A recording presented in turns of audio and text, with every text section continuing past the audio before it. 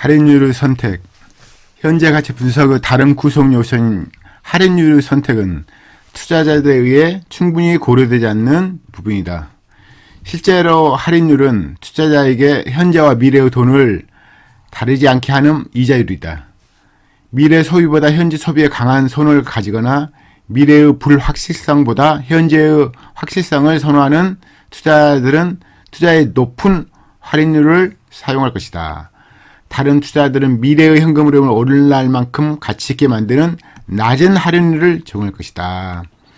미래의 현금 흐름을 결정하는 하나의 정확한 할인율이나 그것을 선택한 정확한 방법은 없다. 특정 투자에 대한 적절한 할인율은 미래 소비보다 현재를 선호하는 투자자의 기호와 고려하는 투자 위험을 수용하는 위험의 감수도 다른 투자들에 대비한 수익에 의해 결정된다. 투자자들이 미래의 현금을 예측하는데 보수적인 할인율을 선택하는 것이 핵심이다. 현금 흐름의 시기와 크기에 의해 할인율의 작은 차이도 현재 가치 계산에 큰 영향을 줄 수 있다.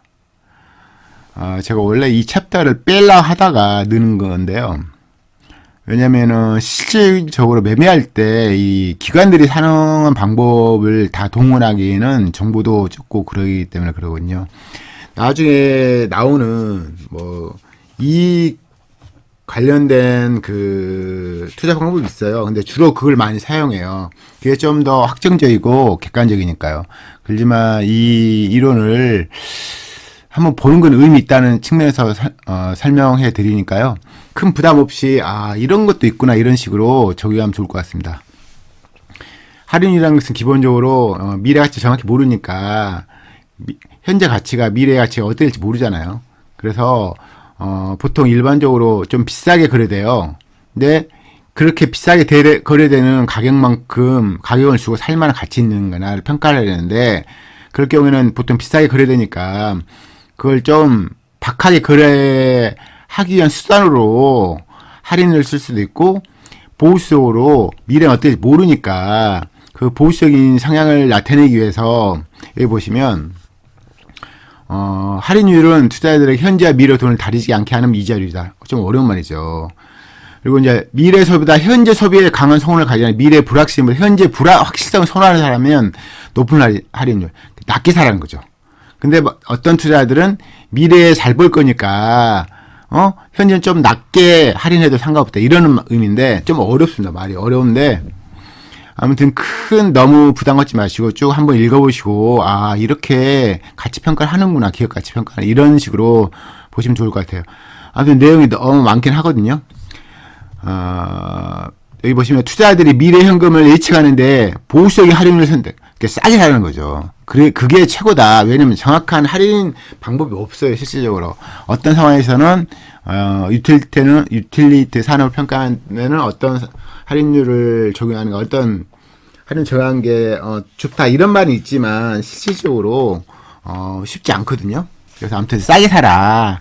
근데 시중에는 이런 식으로 가치 평가를 한다. 이 정도 아시면 될 것 같습니다. 아무튼 쭉 읽을 테니까요. 그냥 이런 것도 있구나. 근데 너무 실전 특히 이제 개인 투자들이 가치 평가할 때는 이런 방법을 쓰기 정말 어렵거든요. 그래서 이런 방법 쓰는구나. 그래서 갑자기 주가 올라 그러면 이런 이유 때문에 올리기도 하구나.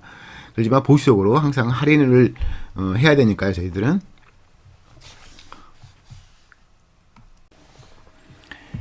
기업 가치는 이자율 변동에 의한 할인율 변화에 영향을 받는다. 이자율과 할인율이 고정되어 있다면 투자 대상 가치를 결정하는 것은 더 쉬워지겠지만 투자자들은 이자율과 할인율이 변동할 수 있다는 사실을 알아야만 하고 어떤 행동이 이자율 변동의 포트폴리오에 대한 영향을 최소화시킬 수 있는지도 고려해야만 한다. 할인율 선택에 있어서 어떻게 투자자들이 정확한 이자율의 수준을 알 수 있을까? 나는 이자율의 정확한 수준은 없다고 믿는다. 시장이 말해주는 것이지 아무도 예측할 수 없는 것이다. 주어진 현재의 무위험 이자율에 대해 올바른 것인지 의심해 보아야 한다. 많은 금융시장의 현상들처럼 이자율도 주기적으로 변동한다.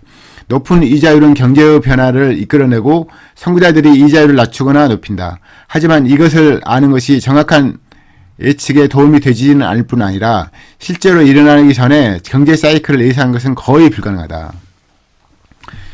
이게 이제 이자율이라는 게 고금리, 저금리 그 이야기 하는 건데요. 얘는 그 중기적으로는 금융 현실에 주가 영향을 받잖아요. 그래서 만일 이자를 싸게 살 수 있다. 그러면 이제 보통 일반적으로 쉽게 자금을 동원할 수 있으니까 할인을 좀 박하게 안 하고 좀 느슨하게 하겠죠. 그 이야기를 하는 거예요. 그래서 이자율 물론 이건 이 이자율 변동은 주가의 중기적인 변화 원인이에요. 장기적인 원인은 기업 가치, 기업 실적이겠죠. 그렇지만 이제 여기 중기적인 원인, 주가 중기적으로 변할 수 있는 원인은 이자율 변동에 대해서 잠깐 언급한 겁니다. 그래서 좀 결국 이야기는 이자를 정확히 알 수 없으니까 고금리, 저금리 그걸 상황이 몰라요. 없기 때문에 좀 보수적으로 좀 큰 할인을 준 상황에서 기업을 인수하든지 기업을 주가를 사든지 이런 말을 한 거거든요. 그래서 알 수 없다 이자율은.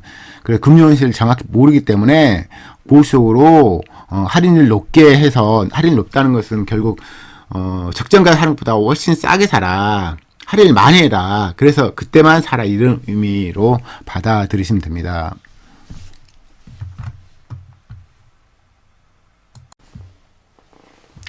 하지만 때로는 이자율이 비정상적으로 낮을 때 투자자들은 주가에 너무 높은 멀티플이 적용되는 경향이 있다는 것을 알게 된다.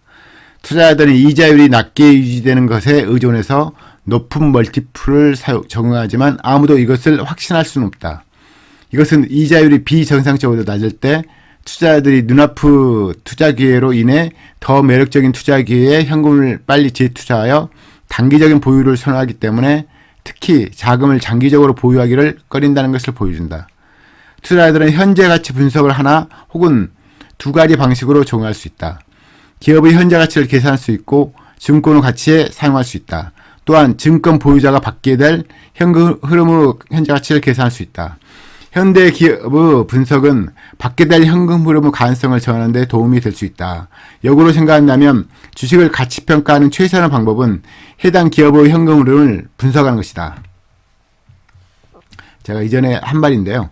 이자율이 너무 낮다. 그러면 자금을 동원할 때 돈이 많이 안 되니까 주가에 너무 비싸게 사는 경향이 있다. 좀 고평가돼도 괜찮다. 이런 경향이 있다는 걸 말씀하고요. 또 이자율이 낮게 유지된 게 비해서 높은 멀티플을 사용하지만 이걸 책임질 수 없다. 잘못될 수 있다. 이런 말씀한 거고요. 그래서 이자율 비정상적으로 낮을 때는 당장 눈앞의 투자에게 더 매력적인 투자기를 빨리 제출을 해버린 거죠. 그래서 안 좋을 수 있다. 이런 말씀을 한 거고요. 또 이제 그 현재 가치 기업 현재 가치 계산할 수도 있고 또 증가 가치를 사용할 수도 있는데 이런 말이 중요한 게 아니라 실질적으로는 해당 기업 분석을 하면 현금 흐름이 어떻게 되는가에 대해서 알기 좀 쉽잖아요. 그 이야기를 한 거고요. 또 역으로 생각한다면 주식 가치를 평가할 최적 방법은 해당 기업 현금 흐름을 분석하는 거예요. 실질적으로. 그러니까 그 순이익 같은 경우는 장부상으로 나오는 이익이잖아요. 근데 실제로 돈이 안 들어오면, 현금이 안 들어오면 문제 생기는 거고, 문제 생기면 당연히 뭐 돈이 부족하니까 차익금 사채수 이런 거잖아요. 그래서 이제, 책 중에 현금은 재발견이라는 책에 나오잖아요. 그 현금 흐름이 좋은 종목들, 좋은 기업들의 주가 상황, 장기적인 주가는 정말 많이 올라가거든요. 그래서 버핏도 항상 현금 흐름을 여기잖아요. 그냥 순이익이야 뭐 그냥 장부상으로 기입하는 거니까 진짜 현금이 들어온 건가 거기에다 이제 돈이 들어온 것에 비해서 많이 지출 안 한가 자본주의 재투자 뭐 그러니까 유용자산 증가 무형자산 증가 그걸 보셔야 되겠죠. 그래서 그런 게 있는 건가 그런 게 적은 건가 그런 건데 이제 여기서는 이제 현금으로 주로 이해하니까 해당 기업이 현금이 어떻게 된가를 정확히 파악하는 게 그 기업을 정확히 평가할 수 있는 가장 큰 뭐 요인이 될 수 있다, 원인이 될 수 있다 이런 말씀을 드린 겁니다. 미래 현금 흐름에 대한 예상이 보수적이고 적정한 할인율이 선택되었을 때 현재 가치가 개선될 수 있다. 이론적으로 투자자들은 수많은 현금 흐름 시나리오의 다양한 가능성을 적용하여 기대되는 투자 대상 가치를 계산할 수 있고 각 시나리오 하에서 개별 현재 가치 가능성을 곱하면 된다. 실제로 수많은 예측의 어려움으로 인해 투자자들은 몇 가지 시나리오만 만든다. 그런 후에 다양한 현금 흐름, 가치 측정치와 다양한 할인율 변화가 현재 가치에 미치는 영향을 평가하는 민감도 분석을 수행해야만 한다. 가정에서 작은 변화가 현재 가치의 큰 변동을 초래할 수 있다. 투자자들은 이 밸류에이션 방식을 적용하는데 신중을 기해야만 한다. 너무 어려운 말인데 아무튼 가치 평가하는 방법은 여러 가지다. 기업 인수. 그래서 가정이 잘못되면 결론하는데 너무 크게 차이 날 수 있다. 이런 말씀을 너무 어렵게 말씀하시고 있는 겁니다. 지금부터 가치평가 방법론에 대해서 여러 가지 말씀할 거예요. 그 중에 하나인 기업인수 가치법 먼저 이야기 드립니다. 현재의 가치법과 관련된 밸류에이션 방식이 기업인수 가치법인데 신중하고 믿을만한 사업가들이 최근에 유사한 기업을 매수하는 데 사용한 밸류에이션에 적용된 멀티플을 이용해 기업을 가치평가하는 방법이다. 기업인수 가치법은 투자자들에게 과거 거래자들의 경제성에 기초하여 기업 가치 평가에 대한 유용한 원칙을 제공해 준다. 하지만 이 밸류에이션 방식도 단절도 가진다. 모든 산업의 기업들이 똑같지 않기 때문에 기업들 간의 차이를 구분하는 데 실패할 수 있다. 또한 기업을 인수하는 데 지불되는 멀티플은 시기별로 달랐다. 가장 최근의 유사한 거래에서도 밸류에이션은 번해왔다. 마지막으로 기업 인수자들은 꼭 합리적이고 현명한 가격을 지불할 필요는 없다. 기업 인수 가치법의 유용성은 기업가들이 무엇을 하고 있는지 알고 있다는 가정에 의존한다. 즉 기업가들이 기업 매출액, 이익, 현금 흐름에 일정한 멀티플을 계속 지불한다면 그들이 기초자산의 경제성에 대한 통찰력 있는 분석을 수행했다는 것을 가정한다. 그들은 종종 그렇게 한다. 결국 지불한 가격이 계속 너무 높다면 미래에 덜 지불할 수 있었을 그 다음의 매수자에게 손실을 일으킨다. 가격이 너무 낮다면 매수자들은 높은 이익을 볼 것이다. 이를 본 다른 사람들이 호가를 더 올려서 더 이상 초과이익이 없는 수준까지 가격을 올릴 것이다. 말할 것도 없이 매수자들이 지불한 가격과 기초자산 기업의 경제성 사이에 장기적인 관점에서 차이가 있을 수 있다. 되게 어려운 말이고 너무 어려운 말인데 같이 평가할 때 기업 인수를 했으면 거기에 이제 그 기업 인수하는데 이제 전제 조건으로 신중하고 믿을 만한 사건들이 인수했으니까 그게 가치 평가를 했으니까 기업 가치 평가했으니까 그게 합당하다. 그런 얘기 하는데 전제가 그런 거잖아요. 신중하게 믿을 만한. 근데 신중하게 믿을 만한 사업까지 인수 안 할 수도 있잖아요. 그렇죠? 그래서 마지막으로 이 기업 인수자는 꼭 합리적이고 현명한 가격을 지불할 필요도 없어요, 또. 그래서 단 유용성은 기업가들이 무엇을 하고 있는가를 알고 있다는 가정이 존재한다. 그래서 기업의 매출액이나 이익이나 현금음 이런 거에 일정한 가격수를 계속 지불했다면 그 적정하게 평가하지 않았을까 이런 얘기를 하는 건데 그게 이제 정확하지 않죠. 근데 종종 그렇게 적정하게 평가를 했을 수 있으니까. 근데 또 지불한 가격이 너무 높다면, 그 다음에 지불할 수 있는 매수자에게 손실을 일으킨다는 거죠. 그래서 기업인수 가치법은 이 말 뜻 그대로 인수했는데 이게 적정하게 평가했다는 전제하에 이용할 수도 있다. 근데 그게 막 너무 고평가해서 인수했으면 그 다음에 매수할 사람들은 비싸게 인수할 수 있으니까 조심하라 이런 말씀을 한 거고요.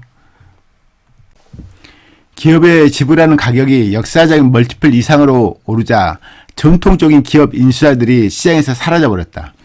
오랜 기간 세전 현금 흐름은 약 10배에서 가치평가되었던 텔레비전 방송국들이 13배에서 15배의 세전 이익 수준 가격으로 거래됐다. 소비자 프랜차이즈를 가진 것으로 인식된 많은 다른 기업들의 가격도 비슷하게 높아졌다.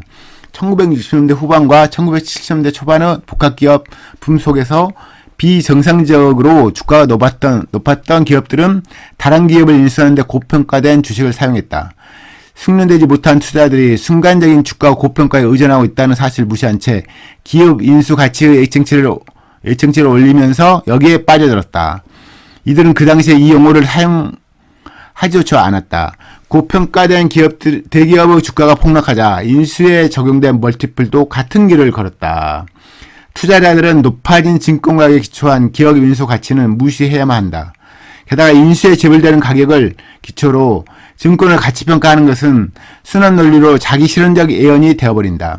투자자들이 기업 인수 가치를 결정하는 데 있어 보수적이고 역사적인 밸류에이션을 기준에 의존하게 된다면 다른 사람들의 안전마진이 금융을 바라며 날아가 버리더라도 실질적 안전마진 이익을 누릴 수 있게 될 것이다. 그러니까 기업에 지불하는 가격 수준이 높아지니까 전통적으로 이제 가치 투자들이 거의 이제 안 사는 거죠, 기본적으로. 그래서 이런 기업 인수 가치법은 좀 참조 대상이지.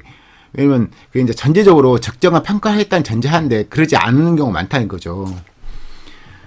그래서 이제 그런 반면 숙려지 못한 투자들은 이 순간적인 주가 고평가에 의존할 때 사실 무시한 채 이거 사니까 문제 있게 되는 거죠. 그리고 결국 고평가는 기업 주가가 폭락하자 인수에 적용된 모티브도 같은 길이라고 그러죠. 그쵸.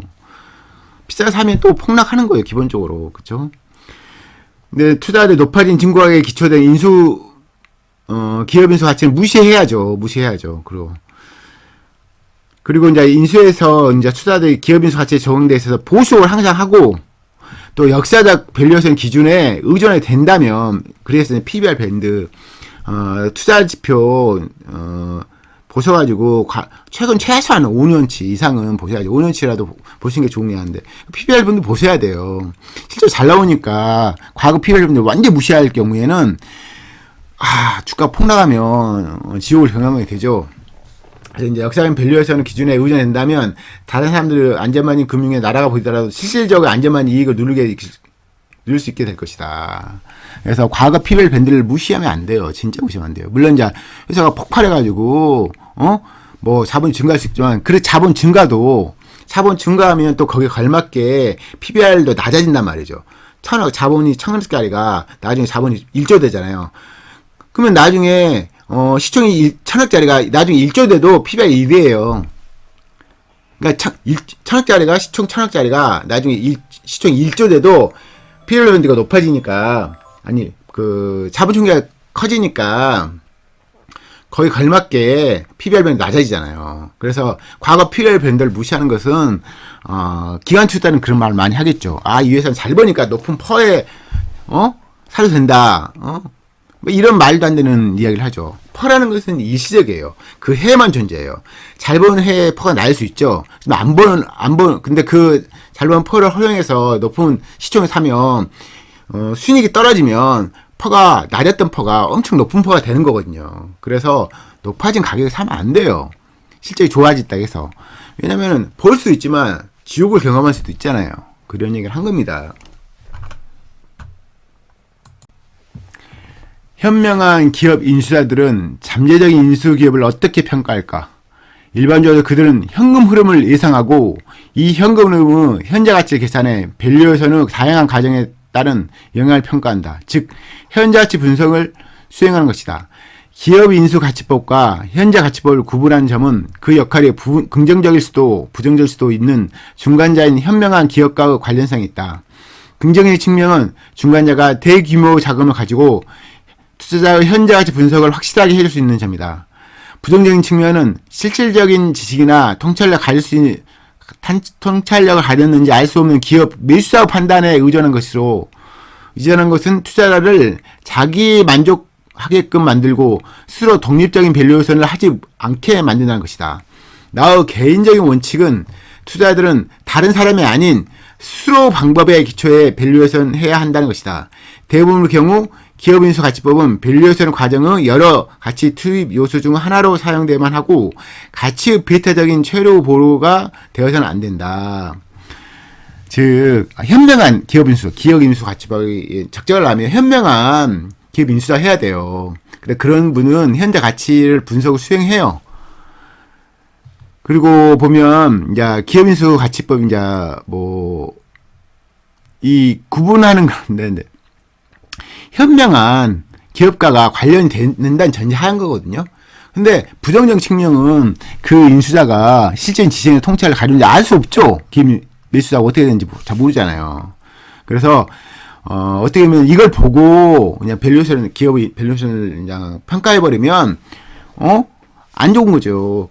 그래서 이 세스카메라도 스스로 밸류에이션을 하지 못하게 만드는 거죠. 이걸 의지해서 하니까. 그래서 나의 세스카메라 개인적 원칙은 투자자들은 다른 사람이 아닌 스스로 방법에 의해서 기초해서 밸류에이션 해야지 기업 인수자, 과거에 기업 인수자 했던 그분이 했던 기가치 평가를 그냥 수용하면 안 되는 거죠. 그래서 그런 얘기 한 겁니다. 그래서 이 기업인수 가치법이 그냥 밸류에이션을 측정하는 여러 방법 중 하나로 생각해야지 가치 평가는 최후 보루로 생각해서 안 된다. 그 말씀 한 겁니다. 참조 대상이 되죠. 청산가치법. 청산가치법은 영속기업 가치 등을 고려하는 가치에 대한 보수적인 평가에 해당한다. 주당 청산가치에서 거의 바닥권까지 할인되어 거래되는 주식은 종종 매력적인 투자 대상이 된다. 청산가치법은 밸류에이션에서 이론적으로 실행되지만 가치 실현에 대한 실질적인 접근법은 아니다. 기업의 자산은 전형적으로 청산보다는 영속기업의 부분에 더 가치가 있기 때문에 청산 분석은 최악 경우의 방향한 평가에 해당한다. 영속기업이 지속될 수 없을 때 많은 구성 부분은 실제로 청산되지 않고 영업자산 그대로 매각된다. 분할 가치는 청산 분석의 한 형태다. 이것은 영속기업이나 청산에서 각 기업의 각 구성 요소의 최고 가치를 결정한다. 영속기업 가치는 청산 가치를 넘어서면 보존된다. 청산가치법은 제가 보통 저시총에서 많이 써먹는 방식인데 PBR 법률을 보는 거죠. 여러 가지 방법이 있는데 현금성 자산 대비 현금성이 있는데 현금 자산보다 시총이 낮다. 그러면 정말 좋은 매수가 되는 거예요. 자산 가치 대비해서 시총이 낮으니까. 근데 많이 써먹는 방식인데 기업 가치 평가할 때도 그럴 수 있다. 그래서 대신 보면 기업 자산 전형적으로 청산 가치보다는 영속 기업은 부분. 그래서 돈을 못 버는 기업은 청산가치법이 의미가 있어요. 근데 돈을 못 버는데 수익 가치는 없는데 기업 가치는 보통 자산 가치, 수익 가치, 미래 가치를 말하잖아요. 근데 수익 가치는 낮아. 근데 자산은 많아. 그럴 수 있잖아요. 나중에 예전에는 돈을 많이 버는데 지금 돈을 못 버는 기업이니까. 그때는 이 회사 청산할 때 현금 자산이 많으면 의미가 있을 수 있잖아요. 그쵸? 그러니까 수익 가치는 없지만 청산을 하게 되면 이 회사 현금이 있으니까 현금을 취하면 되잖아요. 그렇지만 기본적으로 기업의 자산한 건 기본적으로 청산 가치보다 돈 버는 수익 가치, 그 영속 기업의 부분, 그 이야기를 하는 건데, 그게 그 말로 수익성 나는 사업, 그걸 영속 기업의 부분으로 여기서 적은 건데요. 아무튼 기업 청산가치법 쓰는 때는 보통 저희가 주식 투자하는 게 중요하잖아요. 이분 기관 투자를 했으니까 이렇게 말하는 건데, 전혀 PBR변 이런 거 의미 있어요. 특히 저시총은 현금 자산 대비 시총이 낮을 때는 그런 용을 차려서 주가 올린 경우가 정말 많습니다. 10배까지도 올라가요. 그러니까 청산가치법은 의미 있는 방법이고요. 물론 기업이 인수하든지 그때는 좀 다르겠죠. 그렇지만 실질적으로 매매할 때 의미 있는 그런 방법입니다. 나중에 나올 그런 부분과 연관이 되는데요. 나중에 나올 부분이 뭐냐면은 전통적인 밸류에이션 도구들이 있어요. 이익, 장부가치, 배당 이런 거 하는데 그러면서 청산가치법과 연동이 돼요. 이게 보이는 가치를 따진 거니까 특히 청산가치법은 보이는 가치가 명확한 현금 자산 이런 거 볼 수가 있잖아요. 그렇죠? 청산가치법에서 투자자들은 어떻게 자산을 가치평가해야 되는가? 시간에 걸쳐 순차적으로 진행되는 청산은 폭탄 세일보다 더 확실히 높은 가치를 실현시키는 방법이다. 하지만 기업에서 청산을 위한 시간이 항상 주어지진 않는다. 기업이 재무적인 문제에 빠져 있을 때 빠른 청산이 가치를 극대화할 수도 있다. 폭탄 세일에서 재고 자산의 가치는 그 성격에 좌우되는데 장부에 기재된 가치보다 많이 할인되어야만 한다. 매출 채권도 산업의 특성, 고객의 특성, 보유 금액, 영속 기업의 가능성 등에 따라 크게 할인되어야 한다. 혼란이 꼭 닥치지 않으면 청산을 통한 금액은 기업 정리를 통해 극대화된다. 순차적인 청산에서 가치는 현재의 자산을 처리하는 과정 중 실현되어 기재된 장부 가치에 더 가깝다. 어떤 청산법에서도 현금은 100% 가치가 있다. 투자 유가 증권은 매각 시의 예상 거래 비용을 차감한 시장 가격으로 평가돼야 한다. 매출 채권은 액면 금액에 가깝게 평가받아야 한다. 수십만 개의 프로그래밍된 컴퓨터 디스켓, 수십만 컬러의 자주색 운동화, 수백만 개의 껌 등의 재고자산의 실현 가치는 쉽게 결정될 수 없고 장부 가치보다 낮게 책정할 것이다. 할인은 재고 자산의 구성이 완제품, 제공품, 원재료인지에 따라 좌우될 것이고 기술 또는 유행에 따른 진보 위험에 있을 것이다. 슈퍼마켓에서 재고 자산의 가치는 많이 변동하지 않겠지만 컴퓨터로 가득 찬 창고 가치는 변동될 것이 확실하다. 재고 자산에 대한 청산 매각은 일반 고객들에 대한 정상적인 판매보다 수익이 적을 것이다. 이게 그러니까 어떻게 보면 좀 하나하나 다 평가를 해야 되는데 가장 중요한 건 현금은 100% 가치가 있으니까 그래서 이제 저시총에서 많이 써먹는 방법이죠. 시총이 500억인데 현금이 700억 있어요. 유리살 통째 사면 700억 갈 수 있는 거예요. 그때 먹히죠. 2020년에도 많이 먹혔고요. 제가 그런 방식으로 평가해가지고 동신건설을 피겠던 거죠. 물론 10배 날라갔는데 제가 못 먹었어요. 뭐 나중에는 한번 또 제대로 한번 먹어야 되겠죠. 그래서 나머지 뭐 다 상식적인 거예요. 뭐 컴퓨터 이런 것은 쓸모가 없잖아요. 저 정상가치보다 훨씬 낮게 평가해야 되고. 근데 만약에 기름이다. 재고 기름이다. 그럼 더 오히려 더 평가를 더 많이 할 수도 있죠. 기름값에 의해서. 그렇죠? 그래서 그런 이야기를 쭉 한 건데 어떻게 보면 한 번 읽어볼 필요는 충분히 있는 거죠. 그렇죠? 그래서 어떤 업종이냐, 재고 자산이 어떤 상황이냐, 그래서 재고 자산 어떻게 평가할까 이런 것은 뭐 참조 대상이고 물론 이제 매매할 때 미리 어차피 저희들 살 종목을 미리 정해놓으니까 아무튼 의미 있는 구절이라서 제가 지금 읽고 있습니다. 기업 고정자산의 청산 가치는 결정하기 어려울 수 있다. 예를 들면 공장과 설비의 가치는 현금 흐름을 발생시킬 수 있는 능력에 의존하고 현재 사용이나 대체 사용에도 좌우될 것이다. 어떤 기계와 설비는 다양한 용도로 사용될 수 있고 널리 보유될 것이다. 어떤 것은 소유자에게만 가치가 있을 수 있다. 예를 들면 레스토랑 설비의 가치는 오래된 철강 공장 가치보다 더 쉽게 결정할 수 있다. 기업 청산은 전형적으로 기업의 실패를 의미한다. 하지만 아이러니하게도 투자 성공과 부합하게 되어 있다. 그 이유는 기업 청산이나 분리는 기초자산 가치 실현의 촉매가 되기 때문이다. 가치 투자들은 기업의 기초자산 가치보다 현저하게 할인해서 매수하려고 하기 때문에 청산은 투자자들에게 이익을 실현할 수 있는 방법 중 하나가 된다. 어떤 면에서 청산은 주식시장의 핵심을 드러내는 몇 안 되는 상호작용 중 하나다. 주식이 끝없이 거래할 수 있을까? 주식이 해당 기업의 지분을 나타낼까? 청산은 최고가를 부른 사람에게 기업의 자산을 매각하여 실질적인 현금을 종이 조각 소유자에게 나눠줌으로써 이 논쟁을 끝내버린다.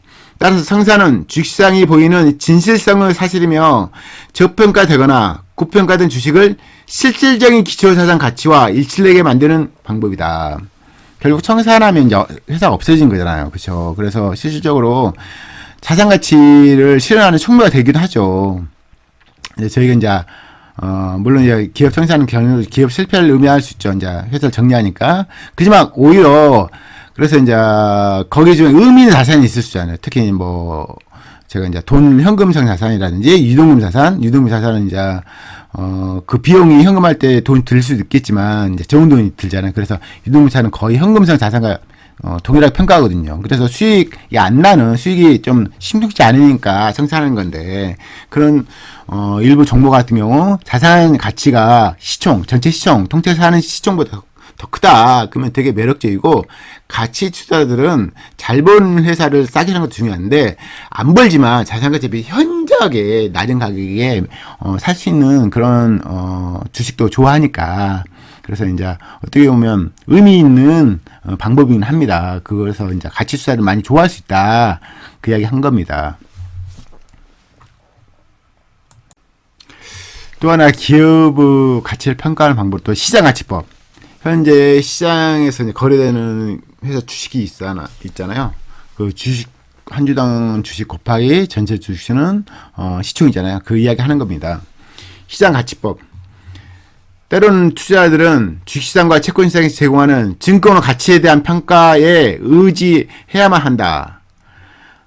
가치가 단기에 실현돼야 하는 시간 구조일 때 특히 시장가치법은 여러 여리한 대안들 중에 최고가 된다. 당장 매매가 가능하니까요.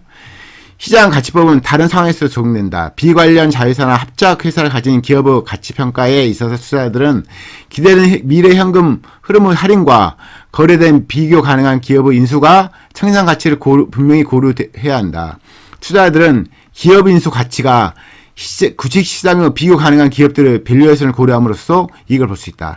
특히 장기적으로 주식시장의 투표는 근본적으로 정확한 건 아니지만 엇비슷한 단기적인 가치 평가 정도를 일러준다. 즉 단기에 이제 가치가 실현할 때는 뭐 신규 거래된 것을 갖고 있으면 매도 치면 되잖아요, 그렇죠? 그래서 굉장히 빠르게 이익 실현을 할 수 있으니까 그런 이야기를 한 거고요. 여기 보시면 되게 어려운 이야기는 몰라도 됩니다. 몰라도 되고요. 어차피 저희들 잘 안 써먹고 되게 단순하게 주식을 하는 게 좋아요. 이분은 이제 워낙 많은 금액을 운영하고 또 투자자들 이런 설명해야 되니까 이제 위한 이론을 만든 경향이 없지 않아 있습니다. 그리고 이제 그 기업이 여기 보면 그잖아요. 그래서 장기적으로 주식시장의 투표는 정확하지 않아요. 하지만 비슷하게 그 기업 가치와 시장 평가는 비슷할 수 있잖아요. 그래서 시장에서 평가되는 그 가치만큼 파는 것도 의미가 있다. 이런 얘기를 말씀을 드린 겁니다. 나는 당신이 무슨 생각을 하는지 알고 있다. 시장에서 거래되는 주식의 가격이 가치 대비 합리적인 수준이라는 명제가 주식시장이 효율적이라는 증거이거나 가치 투자의 기본 원칙과 반대하는 것이 아닌가. 내 대답은 전혀 아니라는 것이다. 비교 가능 기업에 대한 시장 가치법은 밸류에이션 하나의 도구일 뿐이며 기업이 아니라 주식으로서 내 팔리게 된다면 얼마나 받을지에 대한 잣대 정도를 제공한다. 시장 가치법은 밸류에이션의 도구로서 단점이 있다. 당신은 시장 가치법을 한 산업에 속한 개별 기업들의 가치평가에 사용해서는 안 된다.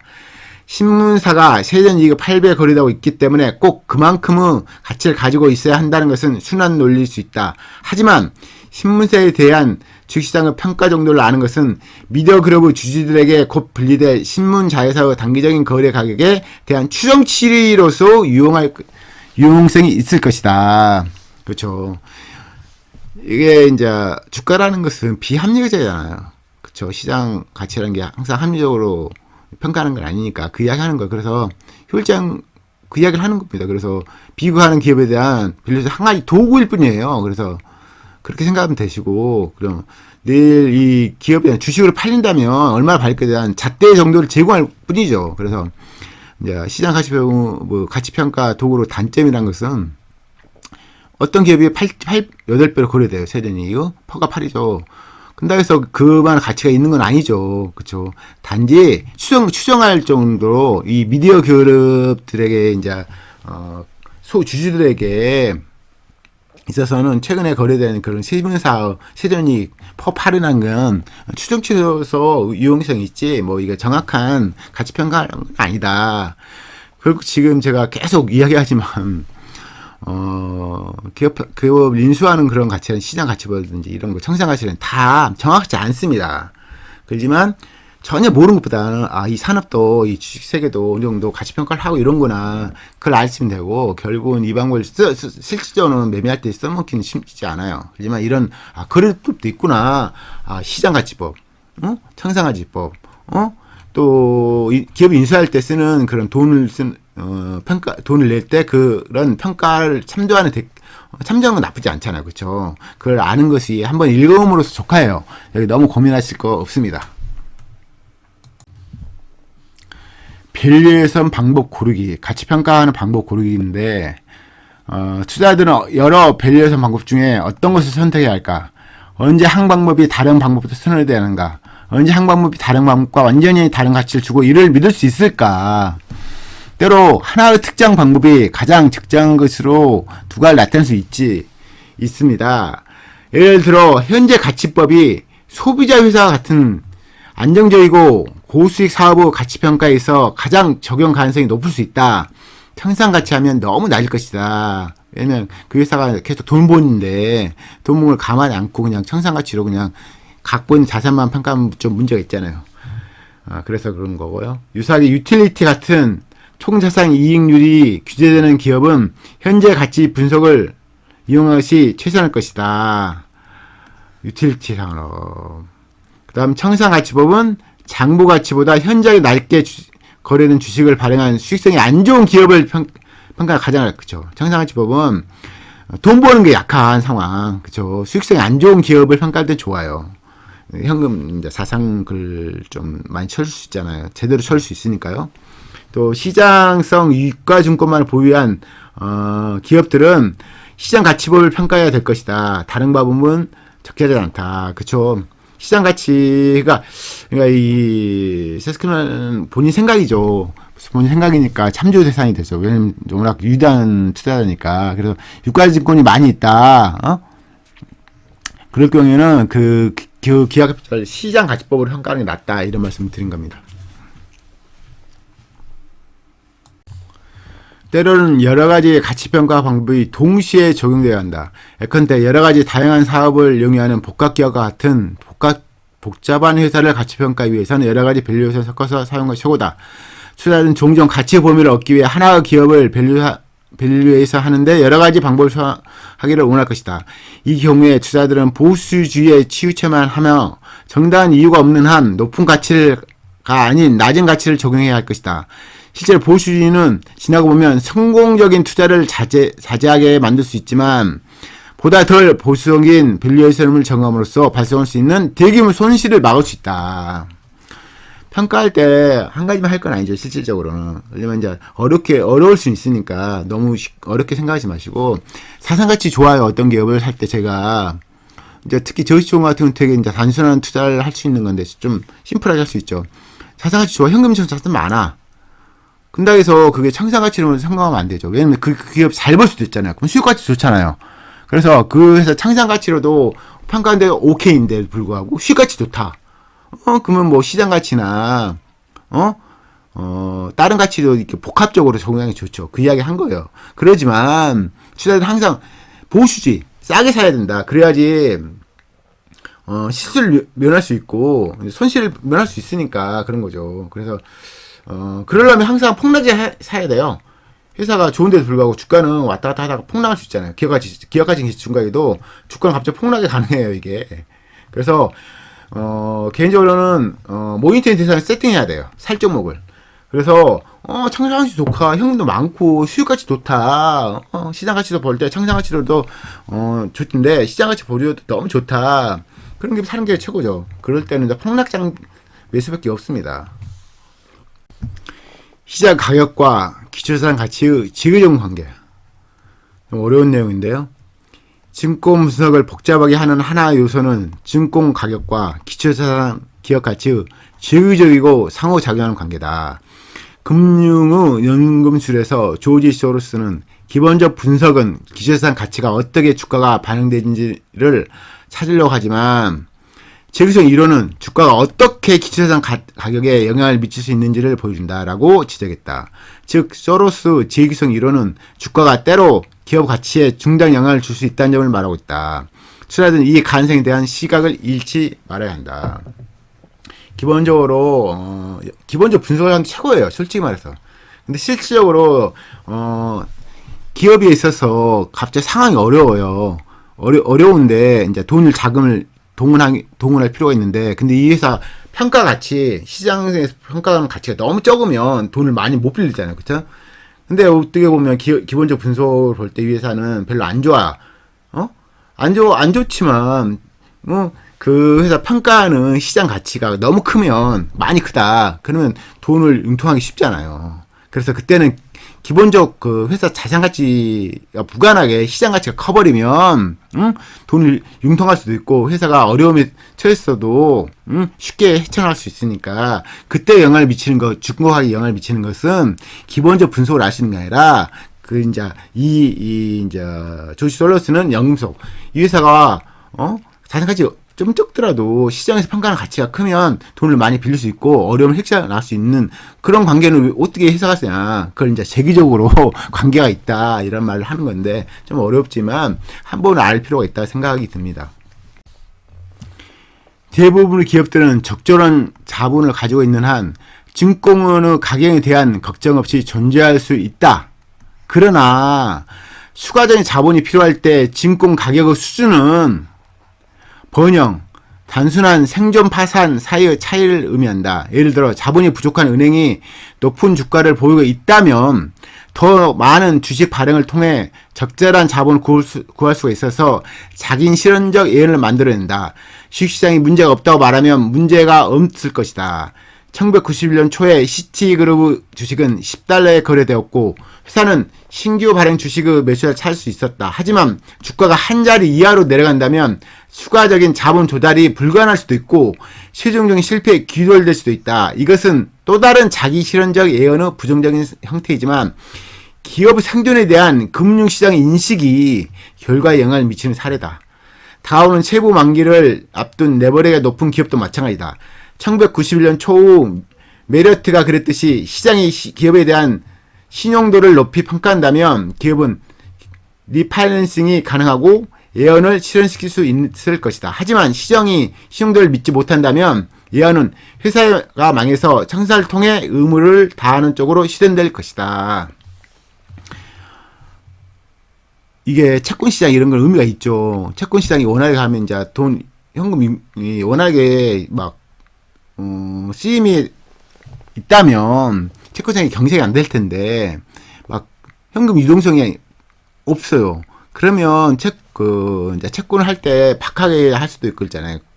그러니까 쉽게 말해서 이거 보시면 이제 적정 자본 있고 증권 가격에 대한 걱정이 없으면 대부분의 기업은 상관이 없어요. 근데 일부 기업 같은 경우 추가 자본이 필요하든지 뭐 여기 보시면 채무 만기를 앞둔 레벨의 높은 기업들도 이 회사에 대한 평가가 박하잖아요. 시장에 대한 평가가 박하면 돈을 융통하기 쉽지 않죠. 그래서 그런 것이 영향을 미친다. 그래서 물론 이게 이제 버핏에 의하면 이런 걸 좀 무시할 필요가 있지만 현실적으로 벌어진 일이니까 그쵸? 돈이 많이 융통을 할 수 없는 상황이면 채권 금리가 높아지잖아요. 실질적으로. 그래서 이걸 알 필요가 있기 때문에 지금 이거 설명드리니까 저희도 이걸 꼭 뭐 크게 의미 없었지만 실질적으로 벌어진 이야기니까 이걸 어느 정도 뭘로 해석을 해야 되니까 이 사람은 이제 조지 소로스 재규적인 관계다. 그러니까 기업이 평가 가치 시장에서 평가 가치에서 자금을 조달할 수도 있고 없을 수도 있으니까 그걸 뭘로 해석할 거냐. 그래서 재규적인 관계다 이런 말씀을 드린 겁니다. 다른 형태의 제휴성은 기업의 경영자들이 기업 펀더멘털 아닌 증권 가격을 가치 결정 요소로 수용할 때 존재한다. 저평가된 주식을 발행한 기업의 경영자들이 하락한 시장 가격이 가치를 적절히 반영할 것이라고 믿어버린다면 그들이 시장이 옳다고 믿는 행동을 할 것이다. 예를 들어 주식은 인수나 합병을 위해 기존 주식 가치를 현저하게 희석시키는 수준인 매우 낮은 가격으로 발행될 것이다. 여기서 또 다른 사례는 파산기업 회생 계획 성공으로 채권자에 의해 실현되는 특정한 가치에 의존하는 것이다. 회생 기간에 금융시장이 침체된다면 채권자에 의해 합의된 가치를 인정받기가 어렵거나 불가능하고 전적으로 회생된 기업의 채무와 자본이 수정된 시장 가격에 의존한다. 주기적인 유형하에서 이 파산기업의 증권 가격은 더욱 더 하락하게 된다. 재규성은 다양한 증권 가치 평가에서 작은 요소지만 때로는 중요한 역할을 한다. 이 현상은 기업 펀더멘털이 아닌 금융시장 자체가 밸류에이션을 결정할 때 예측할 수 없는 요인이다. 이런 말씀 한 거고요. 그래서 재규성 이게 좀 어려운 말인데 이렇게 해서 뭐 하면 너무 어려우니까 쉽게 말해서 기업 펀더멘털 안 보고 지금 가격이 때로는 가치 평가를 결정 요소에 수용할 때 존재할 수 있죠. 그런 얘기 한 거고요. 그래서 인수합병을 하기 위해서는 기존 주식의 가치가 현저하게 시킨 수준 매전 가격으로 발행되죠. 왜냐면 그 회사 상황에서도 안 좋고 시장이 너무 안 좋잖아요. 시장이 너무 안 좋으면 보통 IPO를 안 하잖아요. 그 회사는 똑같은데 시장이 활성화될 때 IPO를 하고 싶죠. 왜냐면 평가를 좀 과하게 평가를 할 수 있잖아요. 근데 장이 안 좋을 때는 IPO 안 하는 이유가 장이 안 좋을 때는 IPO 할 때 이제 한 주당 주가 그 IPO 발행 주식의 평가를 좀 박하게 해요. 장이 안 좋을 때는. 근데 이제 하락장일 때는 좀 고평가돼서 발행해도 되니까 그런 얘기 한 거예요. 그리고 채권 시장도 마찬가지죠. 채권 시장도 똑같이 채권 시장이 뭐 이렇게 이상이 없으면 그 채권에 대해서 적정 평가를 할 때인데 회사가 좀 안 좋아 경색되고 그러면 그 채권에 대해서 좀 박하게 평가하고 이런 거잖아요. 그렇죠? 그래서 이제 뭐 이런 거죠. 기업 기획유선이라는 게 기업 펀더멘털이 아니라 기업 시장 자체가 밸류에이션을 결정하는 요소로 될 때가 있다. 그걸 보통 제일성 이론으로 얘기하는 거죠.